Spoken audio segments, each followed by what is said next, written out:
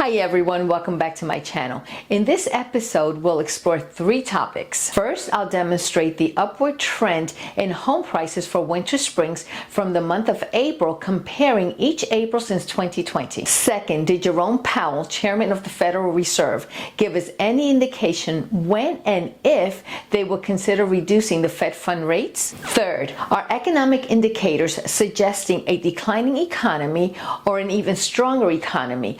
Either scenario could be viewed as favorably, depending on your housing situation. Hi everybody, my name is Evelyn Malave, broker associate with Remax Town & Country. I have been selling homes in and around Central Florida with the focus in Winter Springs since 1989. If you're thinking of selling or purchasing a home, I would greatly appreciate the opportunity to be your realtor of choice. Now on to my market update for Winter Springs. Stay with me, this market update is a little different. I am going to give you historical data starting with February 2020, and I'll finish with my traditional market update for last month, April 2024. On February 2020, just before the COVID lockdown, per MLS, 37 single-family homes sold for a median sales price of $325,000.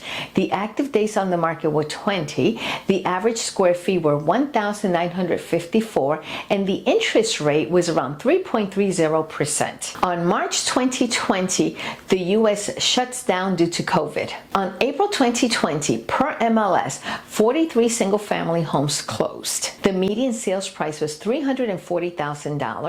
The active days on the market were 10. The average square feet were 2,074, and the interest rate was still holding at 3.30%. On April 2021, per MLS, 53 single-family homes closed. The median sales price was $385,000. The active days on the market were 4, and the average square feet were 2,142, and the interest rate is now down to 2.50%. Home prices increased by 12% from April 2020. In March 2022, the Federal Reserve starts its fight against inflation and aggressively starts increasing the Fed fund rate. You will see the interest rate increase substantially in April 2022, but home prices continue increasing. On April 2022, per MLS, 52 single-family homes closed. The median sales price was $415,000.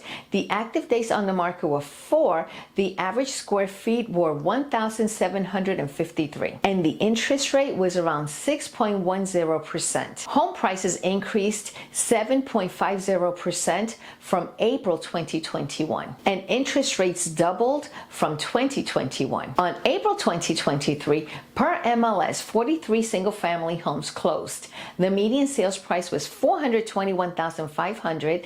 The active days on the market were 17. The average square feet were 1,866, and the interest rate was around 6.95%. Homes increased by 1.55% from April 2022. The interest rate is now almost 7%. April 2024, just last month, per MLS, 53 single-family homes closed. The median sales price was $464,900. The active days on the market were 12, and the average square feet were 1,836, and the interest rate was hovering around 7.50%. Homes increased 10% from April 2023. The median sales price increased $124,900 in only 4 years. Today, we have 57 active single-family homes on the market. In April, just last month, per MLS, 53 single-family homes sold. We have just over 1 month's worth of inventory, and we are still in a seller's market. Of the 57 homes that are currently on the market,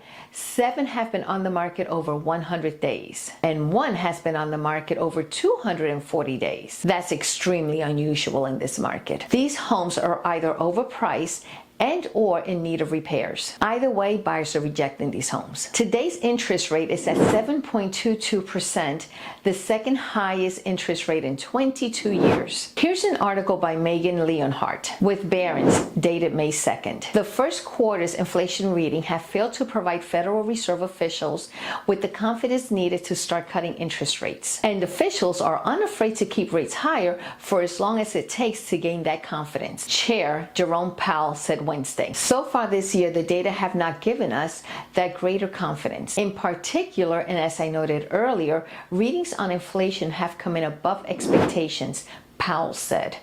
It is likely that gaining such greater confidence will take longer than previously expected, he added. Fed officials are prepared to maintain the current target range for the federal fund rates for as long as appropriate. But should the labor market unexpectedly weaken, Powell said, policymakers are also prepared to respond. But the key word is unexpected weakening. And the Fed will likely need to see more than simply the unemployment rate climbing above 4% from its current level of 3.9%. It would have to be meaningful and get our attention and lead us to think that the labor market was truly significantly weakening for us to want to react to it, Powell said. He added that unemployment increasing by a couple of tenths of a percentage point would probably not do that. It would be a broader thing that would suggest that it would be appropriate to consider cutting interest rates, Powell said. He added the decision by Fed officials to lower rates depend on all factors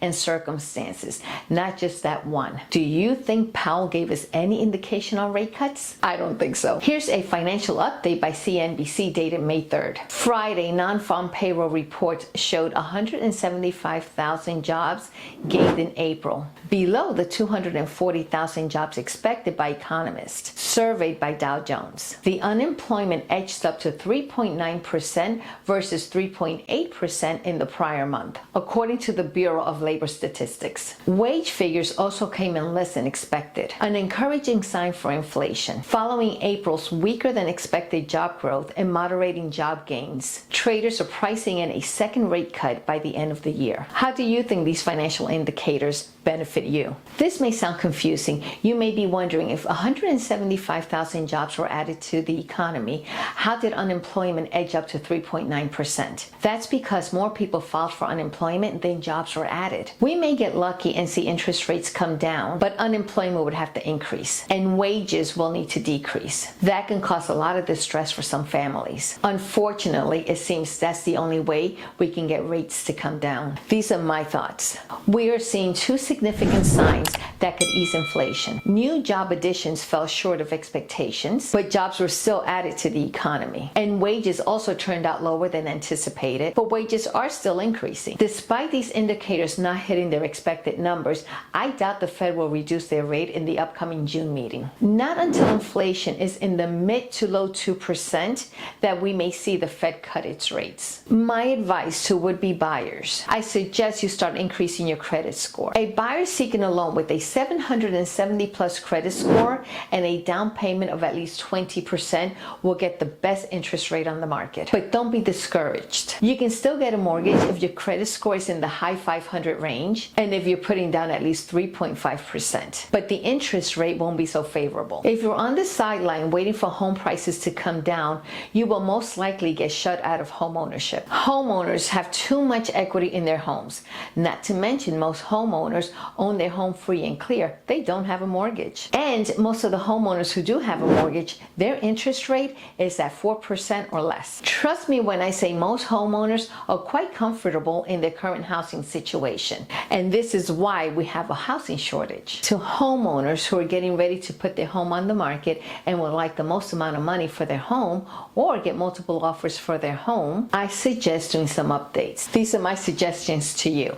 If the roof over your home is more than 10 years old, you may want to consider replacing it. It will be very difficult for a buyer to get homeowners insurance with an old roof or an old HVAC system. Consider updating the kitchen and bathrooms. You don't need to replace cabinets, but you may want to have them professionally painted. And while you're at it, change the hardware. Paint the interior of your home with a light color. Declutter. Put away all family pictures, flags, religious memorabilia, diplomas, remove gym equipment from bedrooms, pressure wash your driveway and sidewalks. Plant fresh flowers, lay out a nice welcome mat. If your doorbell is broken, please replace it, and definitely wash away spiderwebs from the front door.